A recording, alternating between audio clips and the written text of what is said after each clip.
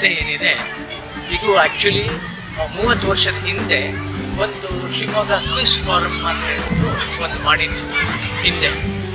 ಅದರಲ್ಲಿ ನಮ್ಮ ಲೆವಿನ್ ಲಾರೆನ್ಸು ಮತ್ತು ಶ್ರೀನಿಧಿ ಚೇತನ್ ಇಬ್ಬರು ಕೂಡ ತುಂಬ ಆ್ಯಕ್ಟಿವ್ ಪಾರ್ಟಿಸಿಪೇಷನ್ ಇತ್ತು.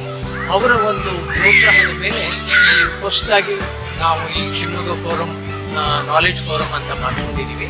ಇದರ ಮುಖ್ಯ ಉದ್ದೇಶ ಏನು ಅಂತಂದರೆ, ನಮ್ಮ ಶಿವಮೊಗ್ಗದ ಮಕ್ಕಳು ಹೆಚ್ಚಿಗೆ ಈ ಕಾಂಪಿಟೇಟಿವ್ ಎಕ್ಸಾಮಿನೇಷನ್ಸಲ್ಲಿ ಭಾಗವಹಿಸ್ತಾ ಇಲ್ಲ. ನೀವು ಧಾರವಾಡ ಅಥವಾ ಬೆಂಗಳೂರು ಅಥವಾ ಬೇರೆ ಯಾವುದಾದ್ರೂ ಸೆಂಟರ್ಸಿಗೆ ಕಂಪೇರ್ ಮಾಡಿದರೆ ನಮ್ಮ ಶಿವಮೊಗ್ಗದಲ್ಲಿ competitive examinations like civil services examination ಇರ್ಬೋದು, ಬ್ಯಾಂಕ್ ಸರ್ವಿಸ್ ಎಕ್ಸಾಮಿನೇಷನ್ ಇರ್ಬೋದು, ಬೇರೆ KAS ಇರ್ಬೋದು, KPS ಇರ್ಬೋದು, ಬೇರೆ ಎಲ್ಲ ಸ್ಪರ್ಧಾತ್ಮಕ ಪರೀಕ್ಷೆಗಳಲ್ಲಿ ಭಾಗವಹಿಸುವ ಸಂಖ್ಯೆ ಏನಿದೆ ತುಂಬ ಕಡಿಮೆ ಇದೆ. ಅದೇ ರೀತಿಯಲ್ಲಿ IT ಇಂಡಸ್ಟ್ರಿಯಲ್ಲಿ ನಮ್ಮವರು ತುಂಬ ಏಬಲ್ ಇದ್ದರೂ ಕೂಡ ಕೆಲವು ಏರಿಯಾಸಲ್ಲಿ ವೀಕ್ ಇರೋದ್ರಿಂದ ಅವರು ಸೆಲೆಕ್ಷನ್ ಪರ್ಸೆಂಟೇಜ್ ಏನಿದೆ ಕಡಿಮೆ ಇದೆ. ಫಾರ್ ಎಕ್ಸಾಂಪಲ್, ಒಂದು ಸಹದಿ ಕಾಲೇಜಲ್ಲಿ ಇನ್ಫೋಸಿಸ್ನವ್ರು ಬಂದು ಸೆಲೆಕ್ಷನ್ ಮಾಡುವಾಗ ಅವರ HR ನನ್ನ ಹತ್ರ ಏನು ಹೇಳಿದರು ಅಂತಂದರೆ, ಶಿವಮೊಗ್ಗದ ಹುಡುಗರು ಎಲ್ಲರೂ ತುಂಬ ಇಂಟೆಲಿಜೆಂಟ್ ಇದ್ದಾರೆ, ಸಬ್ಜೆಕ್ಟ್ ಎಲ್ಲ ತಿಳ್ಕೊಂಡಿದ್ದಾರೆ, ಆದರೆ ಅವರಿಗೆ communication skill is very poor, their general knowledge is very poor. ಹಾಗಾಗಿ ಅವರು ನಂಬರ್ ಆಫ್ ಸೆಲೆಕ್ಷನ್ ನಮಗೆ ಕ್ಯಾಂಡಿಡೇಟ್ ಸಿಗೋದು ತುಂಬ ಕಡಿಮೆ ಆಗುತ್ತೆ. ಹಾಗಾಗಿ ನಾವು ಶಿವಮೊಗ್ಗ ಅಂದರೆ ಡೈರೆಕ್ಟು ಸಿಟಿಸಿಗೆ ಬರೋದು ಕಡಿಮೆ, ಬೆಂಗಳೂರಲ್ಲೇ ನಾವು ರಿಕ್ರೂಟ್ಮೆಂಟನ್ನು ಆದಷ್ಟು ಮಾಡ್ಕೊಡ್ತೀವಿ ಅಂತ. ಸೊ ಆ ನಿಟ್ಟಿನಲ್ಲಿ ನಾವು ನೋಡಿದರೆ ಶಿವಮೊಗ್ಗದ ಮಕ್ಕಳಿಗೆ ಒಂದು ಇದ್ರ ಬಗ್ಗೆ ಮಾಹಿತಿ ಕೊಡಬೇಕು, ಇದ್ರ ಬಗ್ಗೆ ಇಂಟ್ರೆಸ್ಟನ್ನು ಕ್ರಿಯೇಟ್ ಮಾಡಬೇಕು, ಕುತೂಹಲನ ಕ್ರಿಯೇಟ್ ಮಾಡಬೇಕು. ಅದು ಇಂಡಿಯನ್ ರೈಲ್ವೇಸ್ ಇರ್ಬೋದು, ಇನ್ಕಮ್ ಟ್ಯಾಕ್ಸ್ ಡಿಪಾರ್ಟ್ಮೆಂಟ್ ಇರ್ಬೋದು, ಸೆಂಟ್ರಲ್ ಗೌರ್ಮೆಂಟ್ ಯಾವುದೇ ಡಿಪಾರ್ಟ್ಮೆಂಟ್ ಇರ್ಬೋದು, ಅಥವಾ ಸ್ಟೇಟ್ ಗೌರ್ಮೆಂಟ್ ಡಿಪಾರ್ಟ್ಮೆಂಟ್ಸಲ್ಲಿ ಇರ್ಬೋದು, ನಮ್ಮ ಒಂದು ಮಲೆನಾಡು ಅಥವಾ ಶಿವಮೊಗ್ಗದ ಮಕ್ಕಳು ಸಂಖ್ಯೆ ತುಂಬ ಕಡಿಮೆ ಅಂತ ಅನಿಸುತ್ತೆ. ನಾನು ಬ್ಯಾಂಕ್ ಆಫೀಸರ್ ಆಗಿದ್ದು, ನಮ್ಮ ಕಾಲದಲ್ಲಿ ಕರ್ನಾಟಕದವರು ಬ್ಯಾಂಕಿಂಗಲ್ಲಿ ಮ್ಯಾಕ್ಸಿಮಮ್ ರಿಕ್ರೂಟ್ಮೆಂಟ್ ಆಗ್ತಾ ಇತ್ತು. ಆದರೆ ಈ ಒಂದು 10 ವರ್ಷದಲ್ಲಿ ನೀವು ಸಂಖ್ಯೆಗಳನ್ನು ನೋಡಿದರೆ ಶಿವಮೊಗ್ಗಕ್ಕಿಂತ ಹೆಚ್ಚಿಗೆ ಹೇಳೋದಾದರೆ ಕರ್ನಾಟಕದಿಂದಲೇ ತುಂಬ ಕಡಿಮೆ ಹುಡುಗರು ಸೆಲೆಕ್ಟ್ ಆಗ್ತಾ ಇದ್ದಾರೆ. ಸೊ ಯಾವುದೇ ಬ್ಯಾಂಕಿಂಗ್ ಇರ್ಬೋದು ಕೂಡ ಕರ್ನಾಟಕದವರು ಇರೋದಿಲ್ಲ, ಕನ್ನಡ ಗೊತ್ತಿರೋರು ಇರೋದಿಲ್ಲ. ಈ ಎಲ್ಲ ಇದನ್ನು ಸಮಸ್ಯೆಯನ್ನು ನೋಡಿ ನಾವು ಇಲ್ಲಿ ನಮ್ಮ ಶಿವಮೊಗ್ಗದಲ್ಲಿ ಒಂದು ಕ್ವಿಸ್ ಫಾರಮನ್ನು ನೋಡಿ ಈ ಜನರಲ್ ನಾಲೆಡ್ಜು, ಜನರಲ್ ಅವೇರ್ನೆಸ್ಸು, ಆಮೇಲೆ ಕ್ವಿಝು, ಎಸ್ಸೆ ಕಾಂಪಿಟಿಷನ್ಸು, ಈ ಥರ ಅನೇಕ ಸ್ಪರ್ಧಾತ್ಮಕ ಪರೀಕ್ಷೆಗಳಿಗೆ ಬೇಕಾಗಿರುವಂಥದ್ದು ಮತ್ತು all-round knowledge, not specific knowledge ಅಲ್ಲ, ಜನರಲ್ ನಾಲೆಡ್ಜು ಅವೇರ್ನೆಸ್ಸನ್ನು ಕ್ರಿಯೇಟ್ ಮಾಡಬೇಕು ಅಂತೇಳಿ ಇದನ್ನು ಮಾಡ್ಕೊಂಡಿದ್ದೀವಿ. ಇದರಲ್ಲಿ ಸಾಕಷ್ಟು ನಾವು ಬೇರೆ ಬೇರೆ ಶಾಲೆಗಳಲ್ಲಿ ನಾವು quiz programme, essay writing competitions, ಆಮೇಲೆ ಮಾಕ್ ಪಾರ್ಲಿಮೆಂಟು ಕೂಡ ಮಾಡಬೇಕು ಅಂತ ಹೇಳ್ಬಿಟ್ಟು ನಮ್ಮ ಉದ್ದೇಶ ಇದೆ. ಸೊ ಈ ನಿಟ್ಟಿನಲ್ಲಿ ನಾವು ನಂದನ, ವಿಕಾಸ, ಈ ಅನೇಕ ಶಾಲೆಗಳಲ್ಲಿ, ಆಕ್ಸ್ಫರ್ಡು ಇಂಥ ಕಡೆ ಎಲ್ಲ ನಾವು ಇಂಟರ್ ಕಾಲೇಜು ಮತ್ತು ಇಂಟರ್ ಸ್ಕೂಲ್ ಕ್ವಿಝು ಕಾಂಪಿಟಿಷನ್ಸು, ಬೇರೆ ಬೇರೆ ಥರದ ಕಾಂಪಿಟಿಷನ್ಸನ್ನು ಮಾಡಿ ಇದನ್ನು ಮಕ್ಕಳಲ್ಲಿ ಕಾಂಪಿಟೇಟಿವ್ ಸ್ಪಿರಿಟನ್ನು ಕ್ರಿಯೇಟ್ ಮಾಡೋಣ. ಧಾರವಾಡದ ಥರ ಅಥವಾ ಬೆಂಗಳೂರು ಥರ ಅಥವಾ ಡೆಲ್ಲಿ ಥರ ಅಥವಾ ರಾಜ್ಕೋಟ್ ಥರ ಈ ಥರ ನಮ್ಮ ಕಾಂಪಿಟೇಟಿವ್ ಎಕ್ಸಾಮಿನೇಷನ್ ಒಂದು ಸೆಂಟರ್ ಆಗಿ ಆಗಬೇಕು ಶಿವಮೊಗ್ಗ ಅಂತ ಹೇಳ್ಬಿಟ್ಟು ನಮ್ಮ ಉದ್ದೇಶ ಆಗಿದೆ. ಸೊ ಈ ನಿಟ್ಟಿನಲ್ಲಿ ನಾವು ಸ್ವಲ್ಪ ಕೆಲಸ ಮಾಡ್ತಾಯಿದ್ದೀವಿ. ಇನ್ನೂ ತುಂಬ ಮಾಡೋದಿದೆ. ಅದಕ್ಕೆ ತಮ್ಮದು ಎಲ್ಲರಿಗೂ ಕೂಡ ಪ್ರೋತ್ಸಾಹ ಬೇಕು. ಇದರಲ್ಲಿ ನಮಗೆ ಸುಮಾರು ಜನ ಶಿವಮೊಗ್ಗದ ಪ್ರೊಫೆಸರ್ ಗಿರಿಧರ್ ಸಹ್ಯಾದ್ರಿ ಕಾಲೇಜಿನ ಗಿರಿಧರ್ ಇರ್ಬೋದು, ಪ್ರೊಫೆಸರ್ ವಿಲಿಯಮ್ ಸರ್ ಇರ್ಬೋದು, ಲೆವಿನ್ ಲಾರೆನ್ಸ್ ಇರ್ಬೋದು, ಈ ಥರ ಅನೇಕರು ನಮ್ಮ ಜೊತೆಗೆ ಸಾಥ್ ಕೊಡ್ತಾ ಇದ್ದಾರೆ. ಸೊ ಇದರಿಂದ ನಮಗೆ ನಮ್ಮ ಮಕ್ಕಳಲ್ಲಿ ಈ ಸ್ಪರ್ಧಾತ್ಮಕ ಒಂದು ಸ್ಪಿರಿಟನ್ನು ಕ್ರಿಯೇಟ್ ಮಾಡಬೇಕು ಅಂತ ಉದ್ದೇಶ. ಬ್ಯಾಂಕಿಂಗ್ ಸೆಕ್ಟರ್ ಹೊರತುಪಡಿಸಿ ನಿಮ್ಮ ಎಕ್ಸ್ಪೀರಿಯನ್ಸ್ ನಾಲೆಡ್ಜ್ ಫೋರಮ್ ಆಗಲಿ ಅಥವಾ ಎಜುಕೇಷನ್ ಸೆಕ್ಟರ್ ಆಗಲಿ ಎಷ್ಟು ವರ್ಷದ ಎಕ್ಸ್ಪೀರಿಯನ್ಸ್ ಇದೆ, ಅದರಲ್ಲಿ ನೀವು ಕಂಡಂತಹ ಆಗು ಹೋಗುಗಳು, ಏಳು ಬೀಳುಗಳು ಯಾವ್ಯಾವ ಥರದ್ರಲ್ಲಿ ನೋಡಿದ್ರಿ? ನಾನು 25 ವರ್ಷ ಬ್ಯಾಂಕಿಂಗ್ ಸೆಕ್ಟರಲ್ಲಿ ಕೆಲಸ ಮಾಡಿದೆ. ಇದೇ ಥರ ಸ್ಪರ್ಧಾತ್ಮಕ ಪರೀಕ್ಷೆ ಬ್ಯಾಂಕಿಂಗ್ ರಿಕ್ರೂಟ್ಮೆಂಟ್ ಸರ್ವಿಸಸ್ ಬೋರ್ಡ್ ಅಂತ ಹೇಳಿ BSRB ಹಿಂದೆ ಇತ್ತು.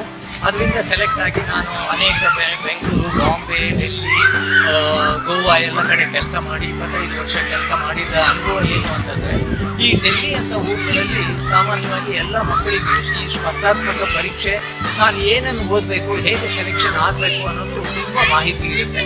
ಅದು ನ್ಯಾಷನಲ್ ಡಿಫೆನ್ಸ್ ಅಕಾಡೆಮಿ ಎಕ್ಸಾಮಿನೇಷನ್ ಇರ್ಬೋದು, ಇಂಡಿಯನ್ ಮಿಲಿಟರಿ ಅಕಾಡೆಮಿ ಎಕ್ಸಾಮಿನೇಷನ್ ಇರ್ಬೋದು, ಇಂಡಿಯನ್ ರೈಲ್ವೆ ಎಕ್ಸಾಮಿನೇಷನ್ ಇರ್ಬೋದು, ಅಥವಾ ಅಥವಾ ಸಿವಿಲ್ ಸರ್ವಿಸಸ್ ಎಕ್ಸಾಮಿನೇಷನ್ ಇರ್ಬೋದು ಅಥವಾ ಸ್ಟೇಟ್ ಲೆವೆಲ್ ಬೋರ್ಡ್ ಎಕ್ಸಾಮಿನೇಷನ್ಸ್ ಇರ್ಬೋದು. ಇದಕ್ಕೆ ಸ್ಪೆಸಿಫಿಕ್ ಆಗಿ ನಾವು ಹೇಗೆ ಪ್ರಿಪೇರ್ ಆಗಬೇಕು, ಸೆಲೆಕ್ಷನ್ ಪ್ರೋಸೆಸ್ ಏನಿರುತ್ತೆ, ಏನು ಕ್ವಾಲಿಟೀಸ್ ಬೇಕು, ಏನು ಆಪ್ಟಿಟ್ಯೂಡ್ ಬೇಕು, ಅದಕ್ಕೆ ನಾವು ಏನು ಇಂಟ್ರೆಸ್ಟ್ ಏನಿರಬೇಕು, ನಾವು ಹೇಗೆ ತಯಾರಿ ಆಗಬೇಕು ಅನ್ನೋದು ಕ್ಲಾರಿಟಿ ಇರೋದಿಲ್ಲ. ಸೊ ಹೀಗಾಗಿ ನಾನು ಈ 25 ವರ್ಷದಲ್ಲಿ ನಾವು ನೋಡಿರೋದೇನು ಅಂತಂದರೆ, ಆ ಒಂದು ಶಿವಮೊಗ್ಗದ ಮಕ್ಕಳಲ್ಲಿ ಆ ಒಂದು ಝೀಲು, ಆ ಒಂದು ಎಂತೂಸಿಯಾಸಮ್ ಏನಿದೆ ಅದು ಕಡಿಮೆ ಇದೆ. ಹಾಗಾಗಿ ನಮ್ಮ ಮಕ್ಕಳು ಅನೇಕ ಸ್ಪರ್ಧಾತ್ಮಕ ಪರೀಕ್ಷೆಗಳಲ್ಲಿ ಹಿಂದೆ ಇದ್ದಾರೆ. ಕೋಚಿಂಗ್ ತಗೊಳ್ಳೋದಾದ್ರೂ ಕೂಡ ಅವ್ರು ಏನು ಮಾಡ್ತಾರೆ ಅಂದರೆ ನಂದಿಯಾಲಿಗೆ, ಬ್ಯಾಂಕಿಂಗ್ ಅಂದರೆ ನಂದಿಯಾಲಿಗೆ ಹೋಗ್ತಾರೆ, ಬೇರೆ ಸ್ಟೇಟು ಕಾಂಪಿಟೇಟಿವ್ ಎಕ್ಸಾಮಿನೇಷನ್ಸ್ ಆದರೆ ಧಾರವಾಡಕ್ಕೆ ಹೋಗ್ತಾರೆ. ಇಲ್ಲ ಇನ್ನೂ ತುಂಬ ಸೀರಿಯಸ್ ಸಿವಿಲ್ ಸರ್ವಿಸಸ್ ಎಕ್ಸಾಮಿನೇಷನ್ ಅವರು ಎಲ್ಲ ಡೆಲ್ಲಿಗೆ ಹೋಗಿ ಕೋಚಿಂಗನ್ನು ತಗೊಂಡು ಬರ್ತಾ ಇದ್ದಾರೆ. ಈ ನಿಟ್ಟಿನಲ್ಲಿ ನಾನು ನಮ್ಮ ತೇಜಸ್ ಅಂತ ಹೇಳ್ಬಿಟ್ಟು ನಮ್ಮ ರಾಷ್ಟ್ರೀಯ ಸ್ವಯಂ ಸೇವಕರ ಸಂಘದವರು ಒಂದು ತೇಜಸ್ ಅಂತ ಹೇಳ್ಬಿಟ್ಟು ಒಂದು ಟ್ರಸ್ಟನ್ನು ಮಾಡಿಕೊಂಡು ಫ್ರೀ ಆಗಿ ಮಕ್ಕಳಿಗೆ, ನಮ್ಮ ಮಲೆನಾಡು ರೀಜನಲ್ಲಿರುವಂಥ ಮಕ್ಕಳಿಗೆ free coaching, civil services examination ಕೋಚಿಂಗನ್ನು 5 ವರ್ಷ PUC ಮಕ್ಕಳಿಗೆ ಇಂದ ಹಿಡಿದು ಅವರಿಗೆ ಗ್ರ್ಯಾಜುಯೇಷನಿಗೂ ಕೂಡ ಫೀಸನ್ನು ಕಟ್ಟಿ ಅವರಿಗೆ ಅದರ ನಂತರ 2 ವರ್ಷ ಬೆಂಗಳೂರಲ್ಲೂ ಕೂಡ ಕೋಚಿಂಗ್ ಕೊಡಲಿಕ್ಕೆ ವ್ಯವಸ್ಥೆಯನ್ನು ಮಾಡ್ಕೊಂಡಿದೆ. ಇದು ಕೂಡ ನಡೀತಾ ಇದೆ. ಸೊ ಆದರೂ ಕೂಡ ನಮ್ಮ ಒಟ್ಟಾರೆ ಹೇಳೋದಾದರೆ ನಮ್ಮ ಶಿವಮೊಗ್ಗದಲ್ಲಿ ಈ ಅರಿವನ್ನು ಮೂಡಿಸುವಂಥ ಒಂದು ನೀರು ತುಂಬಾ ಇದೆ ಅಂತ ಅನಿಸುತ್ತೆ. ಹಾಗಾಗಿ ಅವರಿಗೆ ಈ ಲ್ಯಾಕ್ ಆಫ್ ಇಂಗ್ಲೀಷ್ ಫ್ಲೂಯೆನ್ಸಿ, ಈ ಸಾಫ್ಟ್ವೇರ್ ಕಂಪ್ನೀಸಲ್ಲೂ ಕೂಡ ಮಲ್ಟಿನ್ಯಾಷನಲ್ ಕಂಪ್ನೀಸ್ ಬಂದು ನಮ್ಮ ಇಂಜಿನಿಯರಿಂಗ್ ಕಾಲೇಜಲ್ಲಿ ಸೆಲೆಕ್ಷನ್ ಮಾಡುವಾಗ ಕೂಡ ಅವ್ರದ್ದು ಮೇನ್ ಕಂಪ್ಲೇಂಟ್ ಏನು ಅಂದರೆ ಟೆಕ್ನಿಕಲ್ ನಾಲೆಜ್ ಇರುತ್ತೆ, ಆದರೆ ಸಾಫ್ಟ್ ಸ್ಕಿಲ್ಸ್ ಶಿವಮೊಗ್ಗ ಅಂತ ಊರುಗಳಲ್ಲಿ ಸಾಫ್ಟ್ ಸ್ಕಿಲ್ಸ್ ಇರೋದಿಲ್ಲ, ಕಮ್ಯುನಿಕೇಷನ್ ಸ್ಕಿಲ್ಸ್ ಇರೋದಿಲ್ಲ. ಹಾಗಾಗಿ ಅವರಿಗೆ ಕಮ್ಯುನಿಕೇಷನ್ ಸ್ಕಿಲ್ಸ್ ತುಂಬ ನೆಸೆಸಿಟಿ ಇದೆ. ಹಾಗಾಗಿ ಅವರ ಸಾಫ್ಟ್ ಸ್ಕಿಲ್ಸನ್ನು ಇಂಪ್ರೂವ್ಮೆಂಟ್ ಮಾಡಬೇಕು ಅಂತ ಹೇಳ್ಬಿಟ್ಟು ತುಂಬ ಅನಿಸುತ್ತೆ. ಈ ನಾಲೆಡ್ಜ್ ಫೋರಮ್ ಬಗ್ಗೆ ಈಗ ಕಾಂಟ್ಯಾಕ್ಟ್ ಮಾಡಬೇಕು ಅಂದರೆ, ಫಾರ್ ಎಕ್ಸಾಂಪಲ್ ನಮ್ಮ ಯುವಜನತೆ, ನಮ್ಮ ಶಿವಮೊಗ್ಗದ ಯುವಜನತೆ ನಿಮ್ಮನ್ನು ಕಾಂಟ್ಯಾಕ್ಟ್ ಮಾಡಬೇಕು ಅಂದರೆ ಏನಕ್ಕೆ ಕ್ರೈಟೀರಿಯಾಸ್ ಏನಾದ್ರು ಇದೆಯಾ? ಪ್ರೈಮರಿ ಕ್ರೈಟೀರಿಯಾಸ್ ಅಥವಾ ಎಲ್ರಿಗೂ ಈ ಅವಕಾಶ ಕೊಡ್ತೀರಾ? ಮತ್ತು ನಿಮ್ಮನ್ನು ಕಾಂಟ್ಯಾಕ್ಟ್ ಮಾಡಬೇಕಾದ್ರೆ ಎಲ್ಲಿ ಬರಬೇಕು, ಹೇಗೆ ಏನು ಕ್ರೈಟೀರಿಯಾಸ್ ಆಸ್ ಸಚ್ ನಾವೇನು ಇಟ್ಕೊಂಡಿಲ್ಲ. 10th ಆದ ಕೂಡಲೇ ಅಥವಾ 12th ಆದ ಕೂಡಲೇ ಅನೇಕ ಸ್ಪರ್ಧಾತ್ಮಕ ಪರೀಕ್ಷೆಗಳಿಗೆ ಅವರೆಲ್ಲರೂ ಕೂಡ ಎಲಿಜಿಬಲ್ ಆಗ್ತಾರೆ. ಅದೇ ಥರ for example national defence academy examinations ಇದೆ. ಸೊ ಯಾರಾದರೂ ಒಬ್ಬರು ಪೈಲಟ್ ಆಗಬೇಕು ಅಂತ ಇಷ್ಟ ಇದ್ದರೆ ಹುಡುಗನಿಗೆ, ಅವ್ನು ಪೈಲಟ್ ಹೇಗಾಗೋದು ಅಂತಂದ್ರೆ national defence academy examination pass ಆದರೆ PUC ಸೆಕೆಂಡ್ ಇಯರಲ್ಲಿ ಇದ್ದಾಗ ಅದನ್ನು ಪಾಸ್ ಮಾಡಿದರೆ ಅವನು ಆರಾಮಾಗಿ ಪೈಲಟ್ ಆಗ್ಬೋದು. ಸೊ ಆ ಥರ ಒಂದು ಡಿಫೆನ್ಸ್ ಸರ್ವಿಸಸ್ ಇರ್ಬೋದು, ರೈಲ್ವೆ ಸರ್ವಿಸಸ್ ಇರ್ಬೋದು, ಸಿವಿಲ್ ಸರ್ವಿಸಸ್ ಇರ್ಬೋದು, ಸ್ಟೇಟ್ ಸರ್ವಿಸಸ್ ಇರ್ಬೋದು. ಇದರಲ್ಲಿ ಯಾವುದಕ್ಕಾದ್ರೂ ಕೂಡ ಮಿನಿಮಮ್ ಎಲಿಜಿಬಿಲಿಟಿ ಸಾಮಾನ್ಯವಾಗಿ ಈಗ 12th ಪಾಸ್ ಆಗ್ತಿದೆ. ಸೊ ಈ 12th ಪಾಸ್ ಆದರೆ 12th ಪಾಸ್ ಆಗುವಂತೆ ನಾವು ಕಾಯಬಾರ್ದು ಅಂತ ಅನ್ಸುತ್ತೆ. We should start from 8th ಸ್ಟ್ಯಾಂಡರ್ಡಿಂದ ನಾವು ಸ್ಪರ್ಧಾತ್ಮಕ ಪರೀಕ್ಷೆಗೆ ಯಾರ್ಯಾರಿಗೆ ಇಂಟ್ರೆಸ್ಟ್ ಇದೆ, ಯಾರು ಸೆಂಟ್ರಲ್ ಗೌರ್ಮೆಂಟು, ಸ್ಟೇಟ್ ಗೌರ್ಮೆಂಟು ಅಥವಾ ಡಿಫೆನ್ಸಿಗೆ ಸೇರಬೇಕು ಅಂತಿದ್ದಾರೆ, ಅವರ ಒಂದು ಏನು ತರಬೇತಿ ಏನಿದೆ ಅಲ್ಲಿಂದ ಸ್ಟಾರ್ಟ್ ಆಗಬೇಕು. 8ನೇ ಕ್ಲಾಸಿಂದ ಅವರ ಪಾಠದ ಜೊತೆಗೆ ಒಂದು ಎವ್ರಿ ಡೇ 1 ಗಂಟೆ ದಿವಸ ಇದಕ್ಕಾಗಿ ಅವರು ಶಾಲೆಯವರು ಕೊಟ್ಟರೆ ನಾವು ಅವರನ್ನೆಲ್ಲ ಸ್ಪರ್ಧಾತ್ಮಕ ಪರೀಕ್ಷೆಗೆ ನಾವು ತಯಾರಿ ಮಾಡೋಕ್ಕೆ ರೆಡಿ ಇದ್ದೀವಿ. ಹೇಗೆ ಮ್ಯಾಥ್ಸ್ ಒಲಿಂಪಿಯಾಡು, ಫಿಸಿಕ್ಸ್ ಒಲಿಂಪಿಯಾಡು, ಕೆಮಿಸ್ಟ್ರಿ ಒಲಿಂಪಿಯಾಡ್ ಆಗ್ತಾ ಇದೆ, ಅದೇ ರೀತಿಯಲ್ಲಿ ನಾವು ಕೂಡ ಈ ಒಂದು ಸ್ಪರ್ಧಾತ್ಮಕ ಪರೀಕ್ಷೆಗಳಿಗೆ ನಮ್ಮ ಎಲ್ಲ ಶಾಲೆಯ ಮಕ್ಕಳಿಗೆ ಮಿನಿಮಮ್ ಕಾಸ್ಟ್ ನಲ್ಲಿ ಮಾಡಲಿಕ್ಕೆ ನಾವು ಸಿದ್ಧರಾಗಿದ್ದೀವಿ. ಸೊ ಯಾವ ಶಾಲೆಯವರು, ಯಾವ ಮಕ್ಕಳು ಇದರ ಬಗ್ಗೆ ಇಂಟ್ರೆಸ್ಟ್ ಇದ್ದಾರೆ ಅವರು ನಮ್ಮ ಸೆಕ್ರೆಟರಿ ಇದ್ದಾರೆ, ಸವಿತಾ ಮಾಧವ್ ಅಂತಿದ್ದಾರೆ, ಅವರನ್ನು ಕಾಂಟ್ಯಾಕ್ಟ್ ಮಾಡ್ಬೋದು. ಅದಲ್ಲದೆ ಶಂಕರನಾರಾಯಣ ಕಾಂಟ್ಯಾಕ್ಟ್ ಮಾಡ್ಬೋದು. ಅದು ಬಿಟ್ಟರೆ ವಿಲಿಯಮ್ ಸರ್ ಅಂತೇಳಿ ಹೊಯ್ಸಳ ಕಾಲೇಜ್ ಪ್ರಿನ್ಸಿಪಾಲ್ ಇದ್ದಾರೆ, ಅವರನ್ನು ಕಾಂಟ್ಯಾಕ್ಟ್ ಮಾಡ್ಬೋದು. ಗಿರಿಧರ್ ಸರ್, ಪ್ರೊಫೆಸರ್ ಗಿರಿಧರ್ ಅಂತಿದ್ದಾರೆ, ಅವರು ಸಹ್ಯಾದ್ರಿ ಕಾಲೇಜಲ್ಲಿ ಪ್ರೊಫೆಸರ್ ಆಗಿದ್ದಾರೆ, ಅವರನ್ನು ಕಾಂಟ್ಯಾಕ್ಟ್ ಮಾಡ್ಬೋದು. ಅಥವಾ ಚೇತನ್ ಅಂತೇಳಿ ಶ್ರೀನಿಧಿ ಟೆಕ್ಸ್ಟೈಲ್ಸ್ ಪಾರ್ಟ್ನರ್ ಇದ್ದಾರೆ, ಅವರನ್ನು ಕಾಂಟ್ಯಾಕ್ಟ್ ಮಾಡ್ಬೋದು. ಸೊ ನಾವೆಲ್ಲರೂ ಕೂಡ active members in this knowledge forum ಅಲ್ಲಿ. ಅವರನ್ನು ಯಾರನ್ನಾದರೂ ಕಾಂಟ್ಯಾಕ್ಟ್ ಮಾಡಿದರೆ ಇದರ ಡೀಟೇಲ್ಸ್ ಗೊತ್ತಾಗುತ್ತೆ. ಸೊ ಇದನ್ನು ನಾವು ಶಿವಮೊಗ್ಗದಲ್ಲಿ ಒಂದು ಅವೇರ್ನೆಸ್ಸನ್ನು ಫಸ್ಟ್ ಕ್ರಿಯೇಟ್ ಮಾಡೋಕ್ಕಾಗಿ ನಾವು ಈ ಎಲ್ಲ ಸ್ಪರ್ಧೆಗಳನ್ನು ನಾವೀಗ ನಮ್ಮ ಸಪ್ರೇಟ್ ಆಫೀಸು ಅಂಥೇಳಿ ಇನ್ನೂ ಮಾಡ್ಕೊಂಡಿಲ್ಲ, ಮಾಡುವ ಒಂದು ಇದರಲ್ಲಿ ಇದ್ದೀವಿ.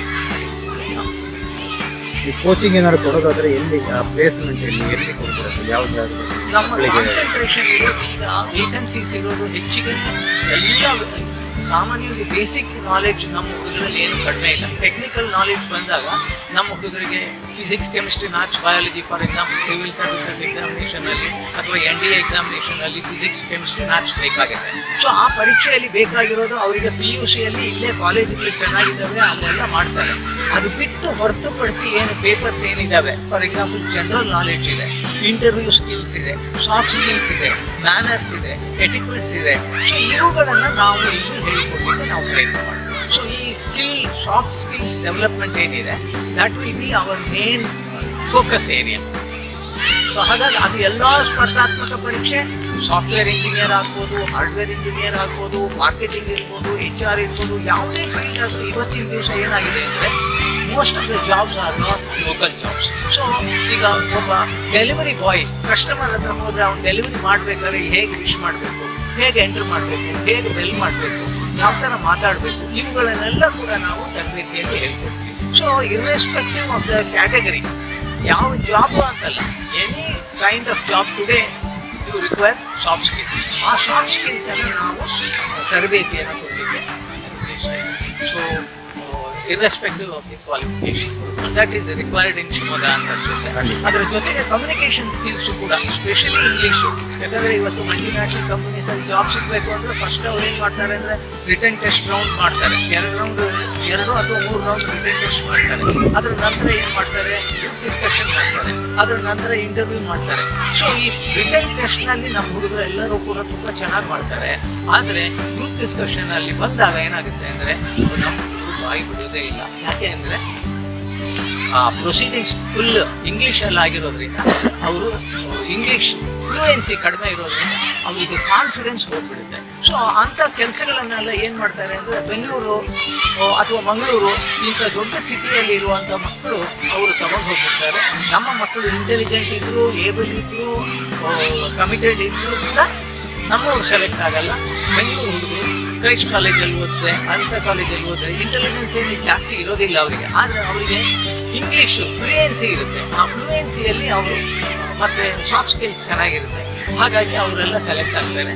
ನಮ್ಮವರ ಸೆಲೆಕ್ಷನ್ ಕಡಿಮೆ ಆಗುತ್ತೆ. That applies from second PUC ಇಂದ ಇಂಜಿನಿಯರಿಂಗ್ ಕಾಲೇಜ್ವರೆಗೂ ಕೂಡ ಇದು ಅಪ್ಲೈ ಆಗುತ್ತೆ. ಸಾಫ್ಟ್ ಸ್ಕಿಲ್ಸ್ ಕೊರತೆ ಇರುತ್ತೆ ಖಂಡಿತ. ಯಾಕಂದ್ರೆ ನಮ್ಮ ಶಿವಮೊಗ್ಗದ ಕೆರಿಯರ್ ಹುಡುಕ್ತಿರುವಂಥ ಜನಗಳಿಗೆ ಅಂದರೆ ಯುವ ಜನತೆಗೆ ಇದು ನೀವು ಹೇಳಿದೆ GD group discussion for example, ಅದರಲ್ಲಿ ಮೇಯ್ನ್ ಕಮ್ಯುನಿಕೇಷನ್ ಕೊರತೆ ಇರೋದು. ಕಮ್ಯುನಿಕೇಷನ್ ಸ್ಕಿಲ್ಸ್ ಇದೆಯಲ್ಲ ಅದರ ಕೊರತೆ ಇರೋದು. ಯಾಕೆಂದರೆ ಎಲ್ಲೂ ಕೂಡ ಓದೋದು ಮತ್ತು ಅಕಾಡೆಮಿಕ್ ಪ್ರೊಫೈಲ್ ಬಿಟ್ಟರೆ ಬೇರೆ ಎಲ್ಲೂ ಕೂಡ ಅವರು ಹೆಜ್ಜೆ ಇಟ್ಟಿರೋದಿಲ್ಲ. ಈ ಬೆಂಗಳೂರು ಅಂತ MNCಗಳಲ್ಲಿ ಹೋದಾಗ ಅದು ಮೇನ್ ಕಾನ್ಸೆಪ್ಟ್ ಇಂಟರ್ವ್ಯೂ ಅಂತಂದರೆ ಒಂದು 3-4 ರೌಂಡ್ ಇರುತ್ತೆ. ಆ ರೌಂಡಲ್ಲಿ ನೀವು ಹೇಳ್ದಂಗೆ ರಿಟರ್ನ್ ಟೆಸ್ಟ್ ಪಾಸ್ ಆಗೇ ಆಗ್ತಾರೆ ಬಿಕಾಸ್ ಆಫ್ ಅವರ ನಾಲೆಡ್ಜ್ ಇಲ್ಲ.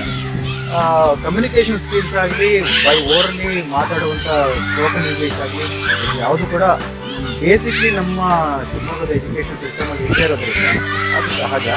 ಸೊ ನಿಮ್ಮದು ತುಂಬ ಚೆನ್ನಾಗಿ ಈ ಕಮ್ಯುನಿಕೇಷನ್ ಸ್ಕಿಲ್ನ ಇಂಪ್ರೂವ್ ಮಾಡೋದಾಗಲಿ, ಸಾಫ್ಟ್ ಸ್ಕಿಲ್ಸ್ನ ಇಂಪ್ರೂವ್ ಮಾಡೋದು ಮತ್ತು ಇಂಗ್ಲೀಷ್ ವೊಕ್ಯಾಬ್ಯುಲರಿನ ಇಂಪ್ರೂವ್ ಮಾಡಲಿಕ್ಕೆ ತಗೊಂಡಿರುವಂಥ ಪ್ರೋಗ್ರಾಮ್ಸ್ ಎಲ್ಲ ತುಂಬ ಚೆನ್ನಾಗಿದೆ.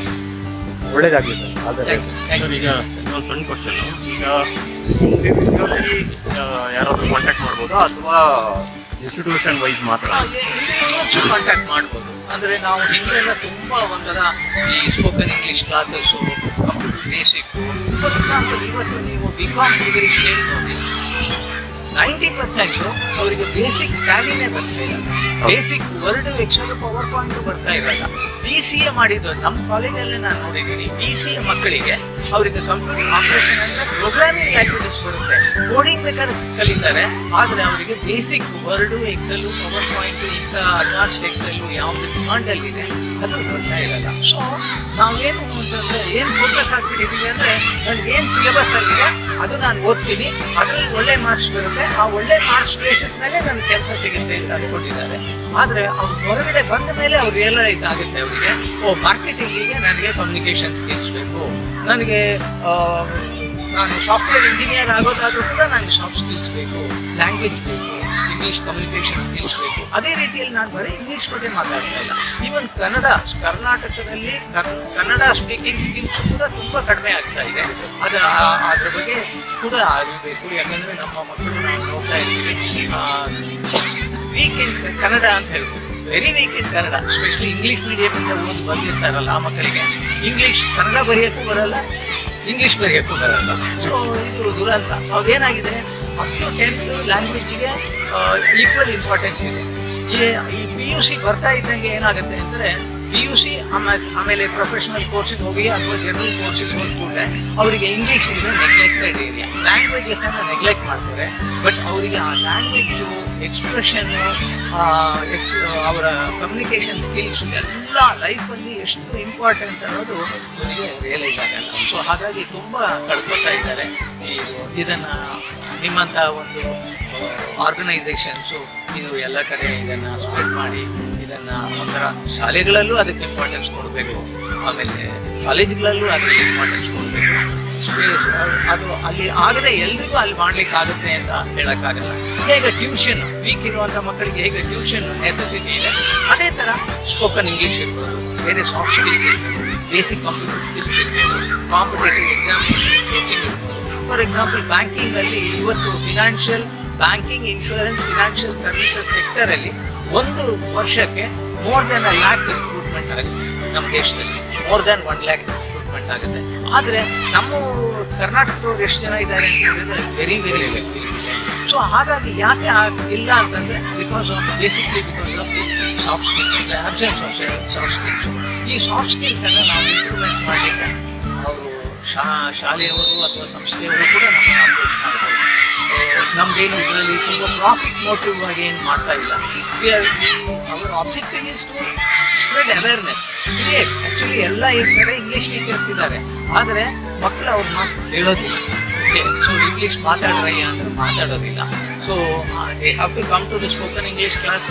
ಸ್ಪೋಕನ್ ಇಂಗ್ಲೀಷ್ ಕ್ಲಾಸಲ್ಲಿ ಕಂಪಲ್ಸರಿ ಮಾಡಿ, ಅದು ಬಿಟ್ಟು ಬೇರೆ ಏನು ಮಾತಾಡಬಾರ್ದು ಅಂತ ಹೇಳಿದ ನಂತರ ಅದನ್ನು ಕಲಿಯೋಕ್ಕೆ ಶುರು ಮಾಡ್ತಾರೆ.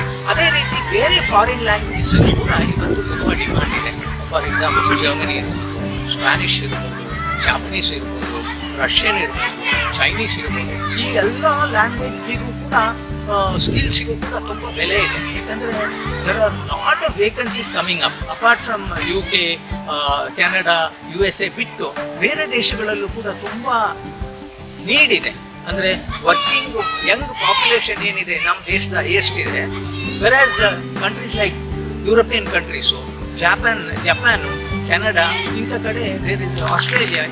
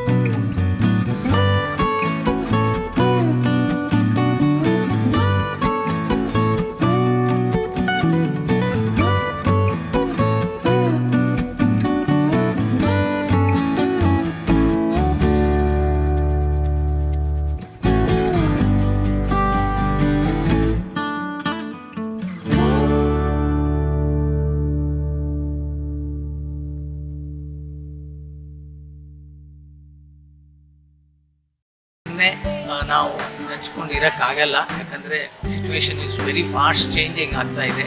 ಆರ್ಟಿಫಿಷಿಯಲ್ ಇಂಟೆಲಿಜೆನ್ಸ್ ಇದೆ, ಜನರಲ್ ಆರ್ಟಿಫಿಷಿಯಲ್ ಇಂಟೆಲಿಜೆನ್ಸ್ ಇದೆ, ಸೂಪರ್ ಆರ್ಟಿಫಿಷಿಯಲ್ ಇಂಟೆಲಿಜೆನ್ಸ್ ಬರ್ತಾ ಇದೆ. ಸೊ ಯಾರ್ಯಾರು ಜಾಬ್ ಕಳ್ಕೋತಾರೆ, ಯಾವ್ರಿಗೆ ಜಾಬ್ ಇರುತ್ತೆ ಅನ್ನೋದು ಗೊತ್ತಿಲ್ಲ. ಕೊನೆಗೆ ಪ್ಲಂಬಿಂಗು, ಎಲೆಕ್ಟ್ರಿಷಿಯನ್ ಇಂಥ ಕೆಲಸಗಳಿಗೆ ಡಿಮಾಂಡ್ ಜಾಸ್ತಿ ಆಗುವಂಥ ಚಾನ್ಸಸ್ ಇದೆ. ಆದರೆ ನಮ್ಮ ಮಕ್ಕಳಿಗೆ ನೀವು ITI ಓದಿ, ಡಿಪ್ಲೊಮಾ ಓದಿ ಅಂದರೆ ಹೋಗಲ್ಲ. They are all very much focused on degree. Graduation ಬೇಕು, ಡಿಗ್ರಿ ಬೇಕು ಅಂತ ಹೇಳ್ಬಿಟ್ಟು. ಬಟ್ ನಾನು ಪ್ರಾಕ್ಟಿಕಲ್ ಆಗಿ ನಾನು ನಿಜವಾಗ್ಲೂ ಹೇಳೋದಾದರೆ ಅಷ್ಟು ಗ್ರ್ಯಾಜುಯೇಷನ್ ಈಸ್ ನಾಟ್ ಇಂಪಾರ್ಟೆಂಟು. ನಾವು ಸ್ಕಿಲ್ ಸೆಟ್ಸನ್ನು ಇಂಪ್ರೂವ್ಮೆಂಟ್ ಮಾಡಬೇಕು. ಅದು ವೆಲ್ಡಿಂಗ್ ಇರ್ಬೋದು. Welders for example R required all over the world. ಇವತ್ತು ವರ್ಲ್ಡ್ FIFA ಶುರು ಆಗ್ತಾ ಇದೆ ಕಟಾರಲ್ಲಿ. ಅಲ್ಲಿ ಎಷ್ಟು ವೆಲ್ಡರ್ಸ್ ಡಿಮಾಂಡ್ ಇದೆ ಅಂತಂದರೆ unimaginable. They want about 40,000 welders. So where do we get? We do not have that kind of welding skills ಇಲ್ಲ ನಮ್ಮಲ್ಲಿ. ಸೊ ಈ ಥರ ಕಾರ್ಪೆಂಟ್ರಿ ಸ್ಕಿಲ್ಸ್ ಇರ್ಬೋದು, ವೆಲ್ಡಿಂಗ್ ಸ್ಕಿಲ್ಸ್ ಇರ್ಬೋದು, ಪ್ಲಂಬಿಂಗ್ ಸ್ಕಿಲ್ಸ್ ಇರ್ಬೋದು, ಎಲೆಕ್ಟ್ರಿಕಲ್ ಸ್ಕಿಲ್ಸ್ ಇರ್ಬೋದು. ಸೊ ಇವೆಲ್ಲ ಅದರ ಬೇಸಿಕ್ ಸ್ಕಿಲ್ಸ್ ಏನಿದೆ ಆ ಸ್ಕಿಲ್ ಸೆಟ್ಸ್ ಇರುವಂಥವರು ನಮ್ಮಲ್ಲಿ ತುಂಬ ಕಡಿಮೆ ಇದ್ದಾರೆ. ಇನ್ನೊಂದು ನೀವು ಕೇಳಿರೋದ್ರಿಂದ ಹೇಳ್ತಾ ಇದ್ದೀನಿ, ನಾಮಕ್ಕಲ್ಲಿ we have the biggest transport company. So ಅವರು ಮ್ಯಾನೇಜಿಂಗ್ ಡೈರೆಕ್ಟರ್ ಏನು ಹೇಳ್ತಾ ಇದ್ರು ಅಂದರೆ, ಸರ್ ನೀವು ನನಗೆ 1000 ಡ್ರೈವರ್ಸನ್ನು ಕೊಡಿ, ನಾನು 1000 ಟ್ರಕ್ಸನ್ನು ತಗೊಳ್ತೀನಿ ಅಂತ. ಅಂದರೆ there is such a big shortage of drivers. ಅಂದರೆ truck drivers, lorry drivers, bus drivers, long distance ಹೋಗುವಂಥದ್ದು ತುಂಬಾ ಶಾರ್ಟೇಜ್ ಇದೆ. ಆಮೇಲೆ ತುಂಬ ಒಳ್ಳೆ ಸ್ಯಾಲ್ರಿ ಕೂಡ ಇದೆ ಅದಕ್ಕೆ. ಸೊ ಹಾಗಾಗಿ ಈ ಥರ ಸ್ಕಿಲ್ಗಳೇನಿದೆ ಸೆಟ್ಸು ನಿಜವಾಗ್ಲೂ ನಮಗೆ ಬೇಕಾಗಿರುವಂಥ ಸ್ಕಿಲ್ ಸೆಟ್ಸು. ಇದಕ್ಕೆ ಗೌರ್ಮೆಂಟ್ ಸಾಕಷ್ಟು ಪ್ರೋಗ್ರಾಮು ಪ್ರೋತ್ಸಾಹ ಕೊಟ್ಟಿದೆ, ಬಟ್ ಸಮ್ಹೌ ಕ್ಲಿಕ್ ಆಗಿಲ್ಲ. ಸೊ ನನಗೂ I can say what are the ಎಲ್ಲ ರೀಸನ್ಸ್ ಹೇಳೋಕ್ಕಾಗಲ್ಲ. But basically it's a mind set of the parents as well as the student that they want to have a degree. Degree importance ಇಂಥ ನಾವು skill ಸೆಟ್ಸ್ಗೆ importance ಕೊಡಬೇಕು. ಹಾಗಾಗಿ ITI improvement ಮಾಡಬೇಕು, diploma ಕಾಲೇಜಸನ್ನು improvement ಮಾಡಬೇಕು. ಜೊತೆಗೆ ಸಾಫ್ಟ್ ಸ್ಕಿಲ್ಸನ್ನು ಇಂಪ್ರೂವ್ಮೆಂಟ್ ಮಾಡಿದರೆ ಖಂಡಿತ ಎಂಪ್ಲಾಯಬಿಲಿಟಿ ತುಂಬ ಇನ್ಕ್ರೀಸ್ ಆಗುತ್ತೆ. ಫ್ಯೂಚರಲ್ಲೂ ಕೂಡ ತುಂಬ ಸ್ಕೋಪ್ ಇದೆ. ಅಂದರೆ all over the world Indians are considered good employees. They are considered very skilled also. But ಇದು ಒಂದು ಆಸ್ಪೆಕ್ಟಲ್ಲಿ ನಮ್ಮ ಹುಡುಗರು ಪರ್ಟಿಕ್ಯುಲರ್ಲಿ ಇಂಪ್ರೂವ್ಮೆಂಟ್ ಮಾಡಿದ್ರೆ ಖಂಡಿತ ಎಂಪ್ಲಾಯ್ ವೈಟ್ ಕಾಲರ್ಡ್ ಮಾತ್ರ ಯೋಚನೆ ಮಾಡ್ತಾ ಇದ್ದಾರೆ, ಬ್ಲೂ ಕಾಲರ್ಡ್ ಬೇಡ ಅನ್ನೋ. Thank you very much.